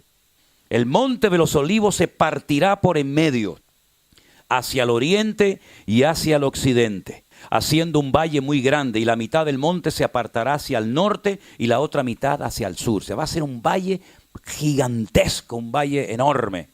Huiréis al valle de los montes, porque el valle de los montes llegará hasta Azal. Huiréis de la manera que huisteis por causa del terremoto en los días de Usías, rey de Judá. Y vendrá Jehová, mi Dios, y con él todos sus santos. Si no solamente viene él a poner sus pies sobre el monte de los olivos, sino que viene acompañado, y dice que viene con todos los santos. Viene con San Pancracio, con Santa Rita, no. ¿Quiénes son todos los santos, hermano? Los hijos de Dios. Vosotros que no erais pueblo, ahora sois real sacerdocio, pueblo de Dios, pueblo santo, ¿verdad? Y acontecerá en aquel día que, escuche esto, no habrá luz clara ni oscura. ¿Cómo? ¿O es de día o es de noche? No, ese día no es ni de día ni de noche. Será un día el cual es conocido de Dios, que no será ni de día ni de noche. Pero sucederá que al caer la tarde habrá luz. Si todo volverá a cambiar. Porque nosotros decimos, o es de día o es de noche. Pero dice aquí que cuando Él venga, no será ni de día ni de noche. Entonces, ¿cómo es? Dice, nadie lo sabe, solamente el Señor. Mire, solamente para ponerle un ejemplo. El sol sale de día y la luna sale de noche. Pero la Biblia dice en Génesis capítulo 1 que lo primero que Dios hizo, lo primero, mejor dicho, que Dios creó fue la luz. Fue a la luz y fue la luz. Y el sol lo creó al cuarto día. Si el sol no fue creado hasta el cuarto día, ¿cómo el primer día dice sea la luz y fue la luz? ¿Qué luz había? ¿Te das cuenta cómo la dimensión espiritual es completamente diferente a la nuestra? Todo cambia, todo cambia. No es de día, pero no es de noche. Pero es que en el plano, en el nivel en el que yo vivo, yo todo lo veo en día, noche, segundos, milenios, lejos, cerca, arriba, abajo. Pero es que en el mundo espiritual esas limitaciones de espacio y de tiempo no existen. ¿Cómo le pudo poner nombre a Adán a animales que vivían debajo del agua? Es decir, las capacidades del hombre eran tremendas, era lo más parecido a Dios, era lo más parecido al Señor. Por lo tanto, cuando dice aquí que no será de día ni de noche, no lo podemos entender porque nuestra vida ahora mismo está limitada por el espacio y por el tiempo, pero ese día todo cambiará. Acontecerá, versículo 8, que en aquel día saldrán de Jerusalén aguas vivas, la mitad de ellas hacia el mar oriental y la otra mitad hacia el mar occidental, en verano y en invierno. Es decir, que van a entrar aguas al mar Mediterráneo desde Jerusalén. Desde Jerusalén van a entrar aguas al Mediterráneo. Y desde Jerusalén entrarán aguas al mar Muerto. Y por eso dice la Biblia que cuando esas aguas que están por abajo de Jerusalén, y ya saben dónde están, entren al mar Muerto, dice Ezequiel que van a haber miles y miles de peces y dejará de ser un mar muerto y volverá a recobrar la vida, porque ha venido el autor de la vida a la tierra. Jehová será el rey sobre toda la tierra. Pero esto fue lo que le dijo Gabriel a María. Y reinará sobre la casa de Jacob para siempre. ¿Quién? Tu hijo, al que tú llamarás Jesús. Entonces, si dice que viene Jehová a reinar sobre todas las naciones de la tierra, quiere decir que Jehová es el Señor Jesucristo. Porque si el ángel Gabriel le dijo a María que tu hijo, que tú lo vas a parir, va a ser el rey sobre todas las naciones de la tierra y será el rey sobre la casa de Jacob. Y ahora dice Zacarías que Jehová viene como rey para reinar sobre toda la tierra, quiere decir que ese Jehová es el Señor Jesucristo, ¿sí o no? Por eso cuando el Señor Jesucristo le dijo a sus discípulos, le dijo a los judíos, si ustedes verdaderamente fueran hijos de Abraham, ¿ustedes creerían en mí? Porque Abraham me vio a mí, yo hablé con Abraham, él conoció mis días, él vio mi vida y se gozó. Y le dicen, que Abraham te vio a ti. ¿Pero cómo te va a ver Abraham a ti? Si tú no tienes ni 40 años. Y le dice, es que yo soy antes de Abraham. Y le dicen, tú eres del diablo. Y el Señor le dijo, no, vosotros sois de vuestro padre el diablo. Yo soy mucho antes de Abraham, yo soy antes de Adán y Eva, yo soy antes de todo lo que existía. Porque yo soy el Dios eterno, el Emmanuel, el Dios humanado, el Dios que se hizo carne y habitó entre nosotros y vimos su gloria, gloria como del unigénito del Padre. Entonces fíjate qué tremendo, porque más adelante, aunque todo el capítulo no tiene desperdicio, pero dice, versículo por ejemplo 12, esta será la plaga con la que Jehová herirá a todos los pueblos que pelearon contra Jerusalén. La carne de ellos se corromperá estando ellos sobre sus pies. Se consumirán las cuencas en sus ojos, y la lengua se les va a deshacer en su boca. Qué muerte más terrible, ¿no? Acontecerá en aquel día que habrá entre ellos gran pánico enviado por Dios.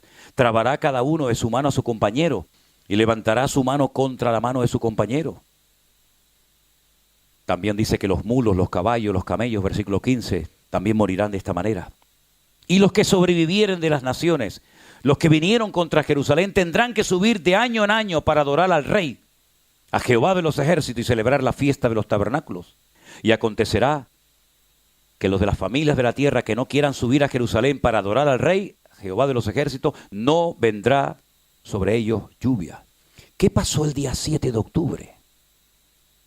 Porque dice que cuando el Señor venga, los que se salvaron, que se quedaron en la tierra, que sobrevivieron de la batalla de Armagedón, etcétera, etcétera, tendrán que subir todos los años a Jerusalén a celebrar la fiesta de los tabernáculos y a darle honra y gloria y culto al Señor. Y el que no suba ese año sobre ese país no cae ni una gota de agua ni de rocío. ¿Qué pasó el año pasado, el 7 de octubre? era esta fiesta. La fiesta de los tabernáculos. Era la fiesta de Sucot. Era el último y gran día de la fiesta. Agarren esto que es muy importante. El día 7 de octubre del año pasado se estaba celebrando la Simchat Torah.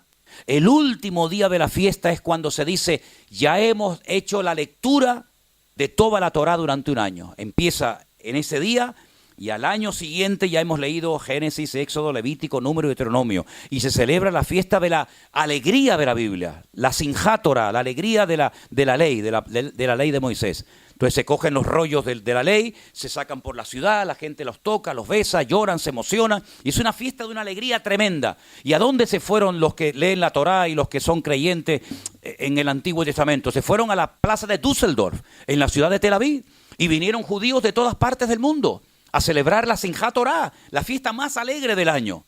Y vino una señora de Alemania y quería ir a la plaza de Düsseldorf porque allí montan como una especie de plataforma los judíos y allí oran y allí le dan gracias al Señor por su palabra. Bueno, ellos siguen el Antiguo Testamento, pero bueno, hay que respetar, ¿no? Y allí estaban y de repente apareció una turba de judíos, muchos de ellos con la banderita de 7 colores.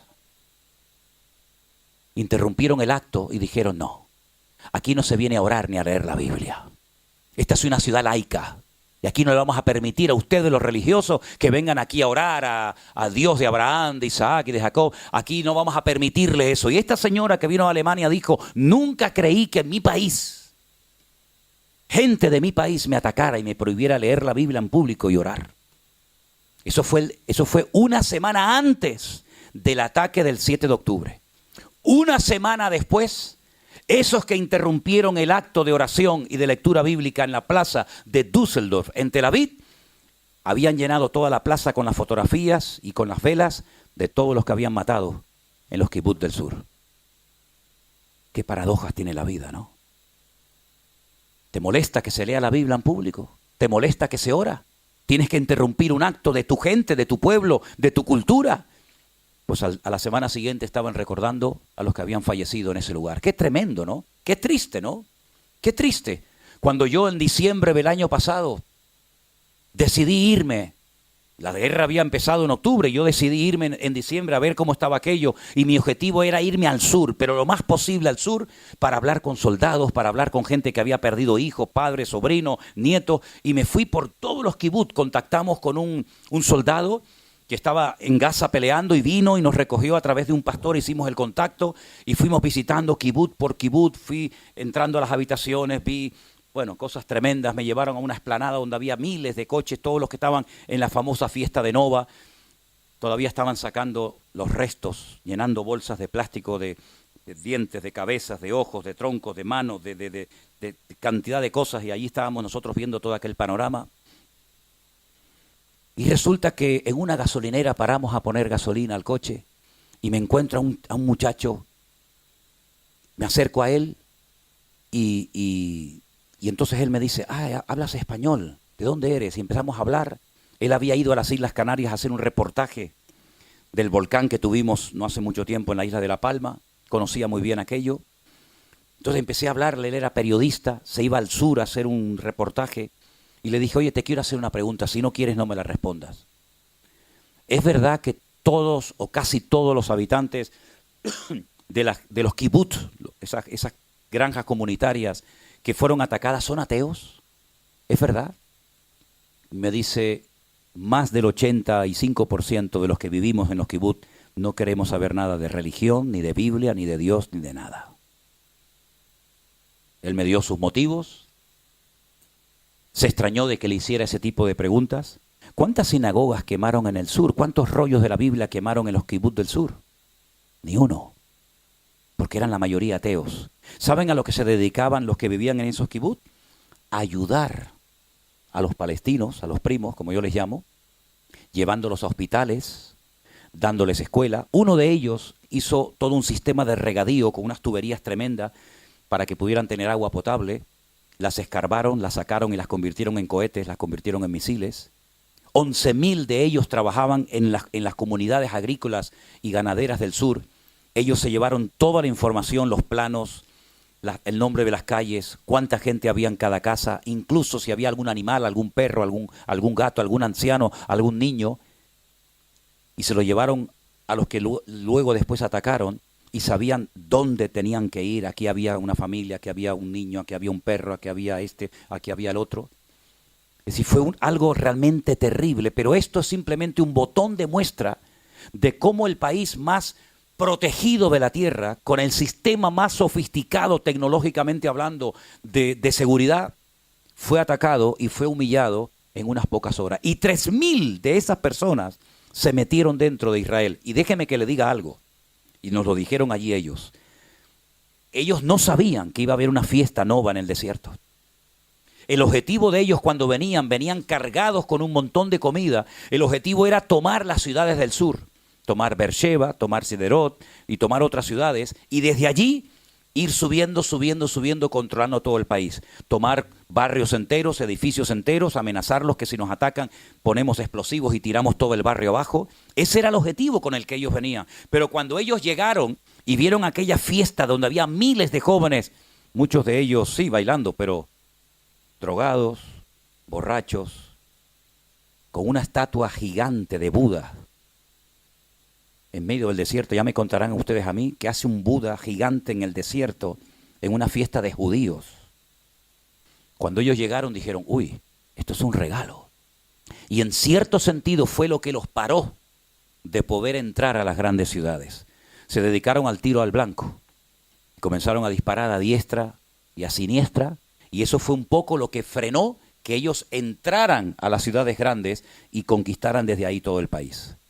Ahora, hablando con hermanos nuestros en la fe, tanto judíos como no judíos, hay hermanos que llevan mucho tiempo preparándose, almacenando grandes cantidades de alimentos y de aguas, porque ellos saben que tarde o temprano van a ser atacados de una forma brutal, como dice la palabra de Dios. No solamente este capítulo que hemos leído, lean por ejemplo el libro de Joel, donde dice cosas tremendas, cómo entrarán por las ventanas, cómo violarán a las mujeres, etcétera, etcétera.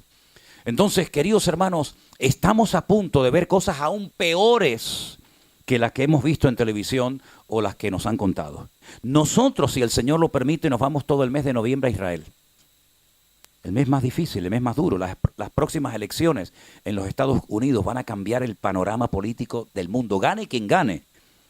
El otro día estaba predicando en una iglesia, en un auditorio en Orlando, y yo dije que gane quien gane, va a pasar cualquier cosa. Y bueno, hay unas personas que se enojaron, pensaba que yo apoyaba a uno y estaba en contra del otro. Yo ni apoyo a uno ni estoy en contra de nadie, yo solamente predico la palabra de Dios. Y digo que sea como sea, Estados Unidos llegará el momento en el que no va a suministrarle nada más por la presión tan grande que tienen a Israel. Y la mayoría de las armas que Israel tiene no son de fabricación casera, sino son armas que le compran a los Estados Unidos.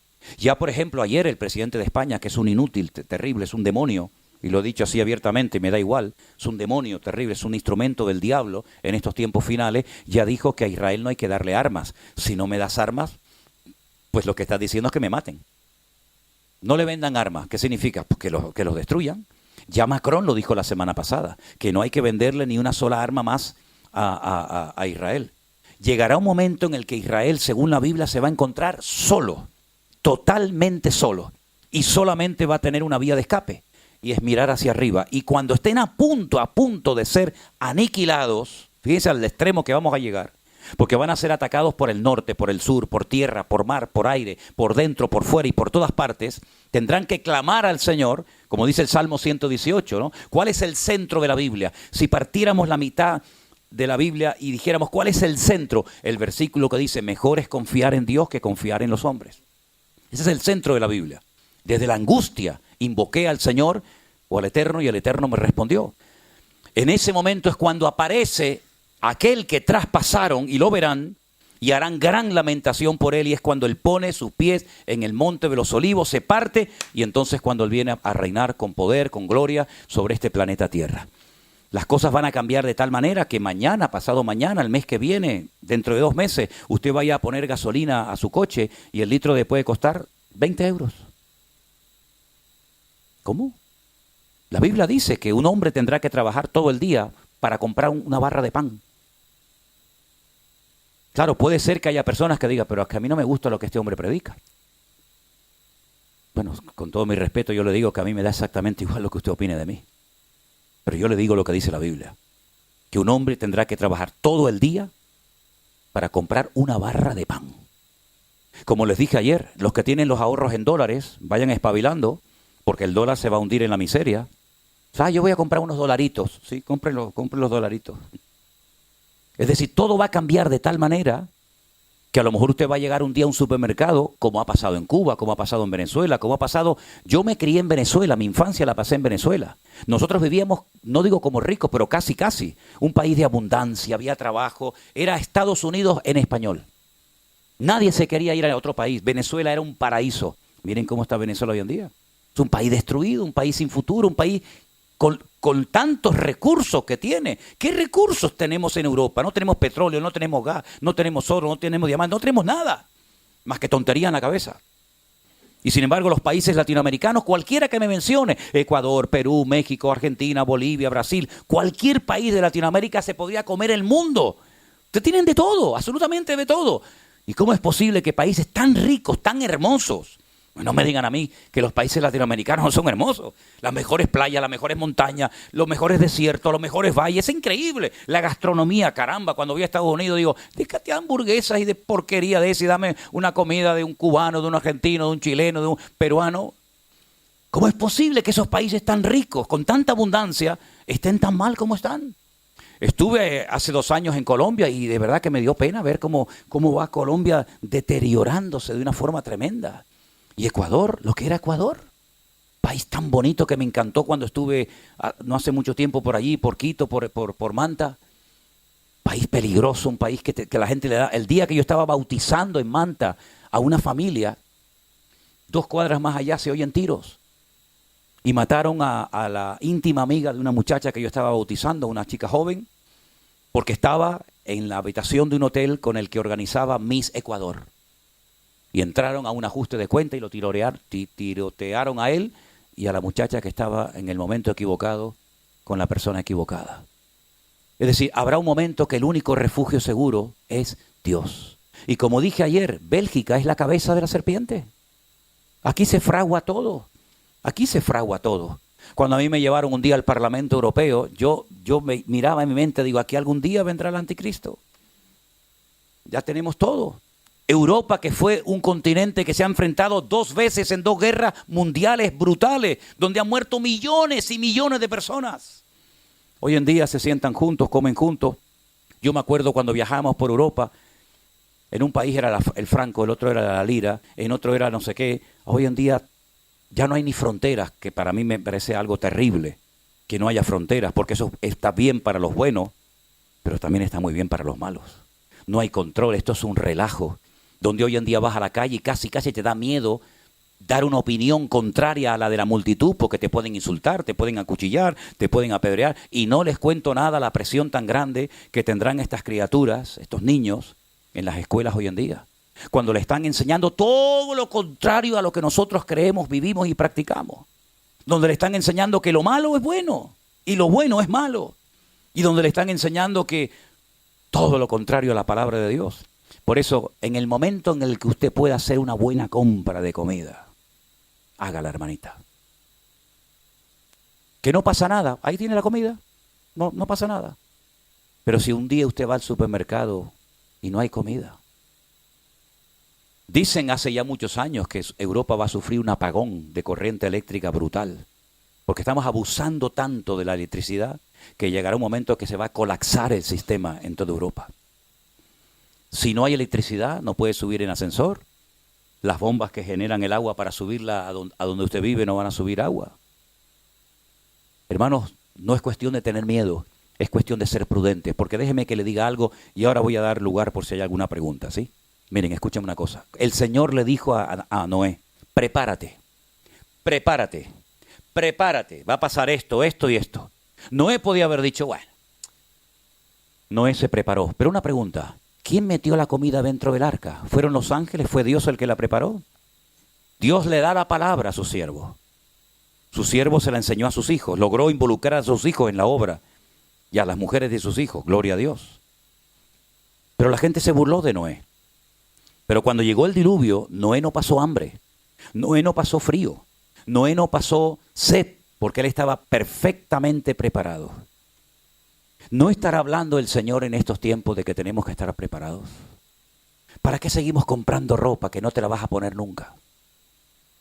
Más ropa y más camisas y más pantalones, pero con la edad que tienes, mijo, ¿tú te crees que vas a gastar lo que tienes? 50 vidas te van a hacer falta para gastar los zapatos que tienes. ¿Cuántos zapatos necesitas para vivir? 50 pares. Yo nunca me olvidaré cuando un año fuimos a Israel y dormimos la noche anterior en Barcelona y había un muchacho que durmió conmigo en la habitación y entonces él estaba preparando toda la maleta para viajar conmigo y yo estaba así en la cama mirando a este, ¿no? Todo dobladito, todo tal. Entonces sacó, no sé cómo lo llaman, a las zapatillas de deporte, las playeras, ¿cómo lo llaman? Los zapatos de deporte, los tenis.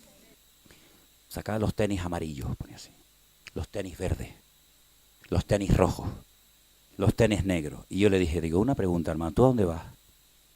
No, voy a Israel contigo. Digo, ¿y para qué te llevas 6 pares de tenis? No, porque los rojos me quedan bien con este pantalón.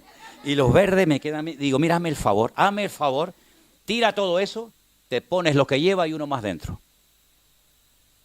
Tanto tenis, tanta camisa, tanto pantalón, tanta corbata, tanto, si no vas a gastar en toda tu vida, ni en 20 vidas más.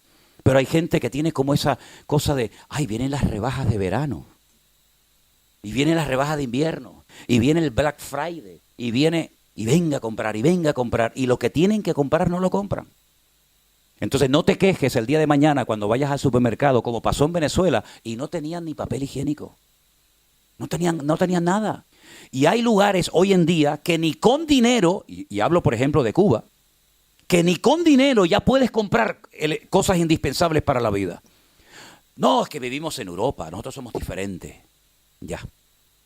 Eso también decían los venezolanos cuando dijeron, a nosotros nunca nos va a pasar lo que les pasó a los cubanos. Y Cuba era un paraíso, hermanos. Cuba era un lugar maravilloso donde fueron mis bisabuelos en un barco de vela. Y llegaron a Cuba y tenían trabajo mis bisabuelos, mi abuelo. Y después se fueron a Venezuela porque eran países maravillosos, donde se ganaba dinero y se vivía de maravilla. Y sin embargo después tuvieron que venirse con lo opuesto, prácticamente, para salvar la vida. Entonces la vida puede dar tantos cambios. Miren, hermanos, Irán ha amenazado a los países limítrofes, como por ejemplo Arabia Saudita, y ha dicho, si nos atacan a nosotros y no podemos vender nuestro gas y nuestro petróleo, que podrían vivir como maravilla los persas, los iraníes, vamos a atacar a Arabia Saudita, vamos a atacar a Kuwait, vamos a atacar a todos los países para que todo el mundo se quede sin gas y sin petróleo. Imagínense al punto que hemos llegado, porque hoy en día es mucho más que amenazas. Antes se peleaba con palos y piedras, después se pasó a la espada. De la espada se pasó a la dinamita, de la dinamita se pasó a los bazocas, a los tanques de guerra y a los aviones, pero ya hemos llegado al límite, ya no hay más. Albert Einstein dijo, si hay una tercera guerra mundial, la vamos a tener que terminar peleando con palos y piedras, porque nos vamos a matar y nos vamos a destruir a todos. Entonces la única protección segura es nuestro Dios, no son tus ahorros, no es tu casita, nuestra seguridad está en el Señor, no hay tiempo que perder, hay que buscar más de Dios. Y termino diciendo lo que dije anoche. Por si no lo saben. Arriba, en el monte Moriah, donde estaba el templo de Jerusalén, hoy en día no hay templo, ya eso lo saben, ¿no? Hay una cúpula enorme que se llama la cúpula de Omar. Debajo de la cúpula hay una roca que es así gigante, como todo este salón más o menos, que fue el altar donde Abraham subió a su hijo Isaac para sacrificarlo. Se llama el domo de la roca. Los judíos dicen que ese es el centro, el ombligo de la tierra. Bueno, al lado hay una mezquita más chiquitita, que se llama la mezquita de Al-Aqsa, donde están los famosos mártires de Al-Aqsa, los que se están preparando para ser hombre bomba, ¿sí? En esa explanada, durante años los judíos no podían subir, porque subías y te mataban. La primera vez que yo subí, lo primero que hacen es arrancarte cualquier símbolo religioso que no tenga que ver con el Islam. Te tiran la Biblia, te rompen cualquier anillo con algún versículo bíblico, una estrellita de David, una cruz, lo que sea, todo eso lo rompen. Pero podíamos subir. Pero ahora esa prohibición de poder subir los judíos arriba a orar ya se ha quitado. Eso es un milagro. ¿Qué es lo que están pensando muchos judíos? Se están preparando y armando hasta los dientes para que en cuestión de poco tiempo suba un montón de ellos arriba con un altar portátil que han construido para comenzar a ofrecer los primeros sacrificios antes de hacer el templo. Pero ellos saben que ese lugar, por la religión que se ha practicado, por las cosas que se han hecho allí, por ejemplo, se han plantado muchos árboles, cosa que estaba totalmente prohibida, porque allí era donde se colocaban los ídolos, ese lugar está contaminado. Y según el Antiguo Testamento, un capítulo del libro de Números, la única manera de limpiar, de santificar, de preparar un lugar para que se hagan sacrificios para el Señor, es matando un animal que en hebreo se conoce con el nombre de la pará adumá. Una vaca colorada o roja o pelirroja, llámenlo como quiera, una vaca que no puede tener ni un solo pelo negro o blanco o de cualquier otro color, tiene que ser perfecta. De hecho, hasta la examinan con lupa para ver si hay un solo pelo, ya no sirve. Ya tienen 3 perfectas, preparadas para ese momento. Ya tienen un altar portátil y ya hay más de 1500 coanim o levitas preparados para en cualquier momento subir arriba y hacer sus sacrificios y su templo. Cuando a mí me dan esta información hace una semana o 10 días desde Jerusalén, un judío ortodoxo, pero creyente, yo le digo, se va a armar una terrible. Dice, a mí me propusieron el poder subir armado para tomar posesión de ese lugar y me negué, porque como me dijo él a mí, las armas de mi milicia no son carnales, sino poderosas en Dios. Pero en la mentalidad de los otros, ellos quieren subir, aprovechando la debilidad del enemigo, puede ser cuando ataque Israel a Irán, cuando ya tenga más o menos sometido, como hacía David, ¿no? Que sometía a los enemigos para hacer las cosas espirituales. Fíjense cómo va en la vida, ¿no?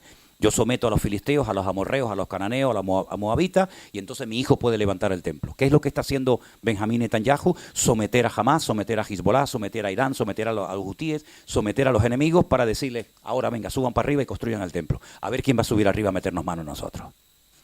Y le dije, pero eso va a ser una sangría. Y me dice, ellos han dicho, estamos dispuestos a pagar el precio. Eso puede ocurrir en el mes de noviembre. Es lo que se está esperando y lo que se está comentando. Entonces mi obligación es decirle, hermanos, yo en mi vida pensé que iba a llegar un punto en mi vida con la edad que tengo y con el tiempo que llevo en esto, de tener que enseñar esto a las iglesias. Hermanos, vamos a prepararnos. Vamos a prepararnos.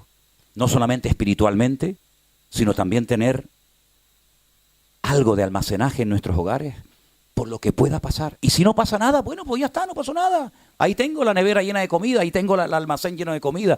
Pero hermano, y si vamos al supermercado, bueno, ustedes se acuerdan que el día 14 de marzo del 2020, de un momento a otro el mundo cambió. ¿Y quién lo iba a decir? Cuando a mí me dijeron esa semana, el jueves, me dijo un anciano de la iglesia, nuestro hermano Armando, seguramente vamos a tener que cerrar la iglesia el domingo. Yo dije, ¿qué? De eso nada. No, es que el gobierno está diciendo que a lo mejor la pandemia, y yo dije, de eso nada, yo no cierro, y yo fui uno de los primeros que dije, yo no cierro la iglesia. Hombre, que si la tuve que cerrar bien cerrada. ¿Y quién nos iba a decir a nosotros que millones de hermanos nuestros íbamos a estar encerrados? Yo decía, bueno, un par de domingos. Tuvimos bastante tiempo, y luego después, uno aquí, otro allí, otro para allá, no me toques, no estornudes, y cuando alguien estornudaba hacíamos, cuidado. Yo me acuerdo cuando sacaba el perro de paseo, que ya el pobrecito ya no daba más porque lo paseaba todo el día, el perro iba así. ¿Verdad? Los vecinos decían, déjame el perrito un ratito para salir. El perro ya decía, ya no me saques más. Algunos hasta compraron peluches de esto y sacaban el peluche por la calle para coger un poco el aire. Me acuerdo cuando salía con el perro que venía uno allá en la esquina y hacía, y hacíamos, y salíamos corriendo. Eso pasó el otro día, ya lo hemos olvidado. Y yo recuerdo que algunos hermanos oraban y decían, hay que orar para que pronto vuelva la normalidad. Y yo decía para mí, ¿y no será que esta es la normalidad a la que vamos a tener que acostumbrarnos?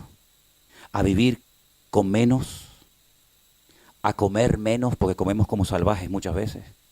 Y si no, mírese. No, mírese. Ay, es que la foto me sacó gordo. No. La foto no le sacó gordo, hermano. La foto sacó lo que es. Algunas cuando se hacen alguna foto conmigo, algunos hermanos dicen, hermana, sáqueme guapa. Y yo la miro así y digo, Hermana, la cámara no hace milagros, hermana. ¿Eh?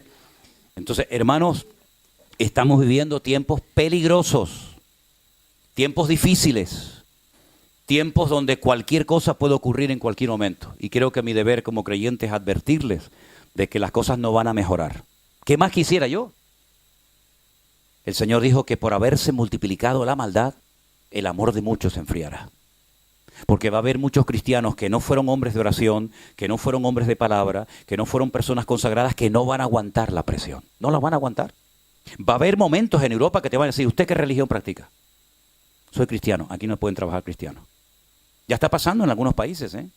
En algunas universidades ya están preguntando, y hablo de Estados Unidos, no hablo de Burundi, hablo de un país como Estados Unidos, el país de la libertad, que ya te están preguntando cuando vas a Yale, a universidades importantes, ¿qué religión practicas? Y depende de la religión que practiques, depende de cuáles sean tus creencias, puedes o no estudiar en esa universidad, aunque tengas que pagar miles y miles de dólares por estudiar en ella. Al punto ese hemos llegado, queridos hermanos. Y llegará el momento que dirán, cristianos evangélicos aquí no trabajan. Ya le pasó a Lena hace años, que en un lugar, cuando dijo que era cristiana evangélica, le dijeron, coge tu maleta y vete, aquí no puedes trabajar más. Ni siquiera le dejaron entrar. Entonces, hermanos queridos, no se hagan a la idea de que vamos a ir a un mundo mejor, sino todo lo contrario, el mundo se va a poner cada vez peor y lo estamos viendo. Uno dice, bueno, ¿será que a lo mejor en Ecuador, en México, en Bolivia, hermano, en todas partes hay corrupción, hay inmoralidad? Es un relajo el mundo, se ha perdido completamente el norte en todos los sentidos. Que el Señor nos ayude a estar preparados. Yo ahí les doy el mensaje, a ustedes ya son mayorcitos y saben lo que tienen que hacer. ¿Hay alguna pregunta acerca del mensaje, acerca de la enseñanza en esta mañana, que ustedes aprovechando esta oportunidad?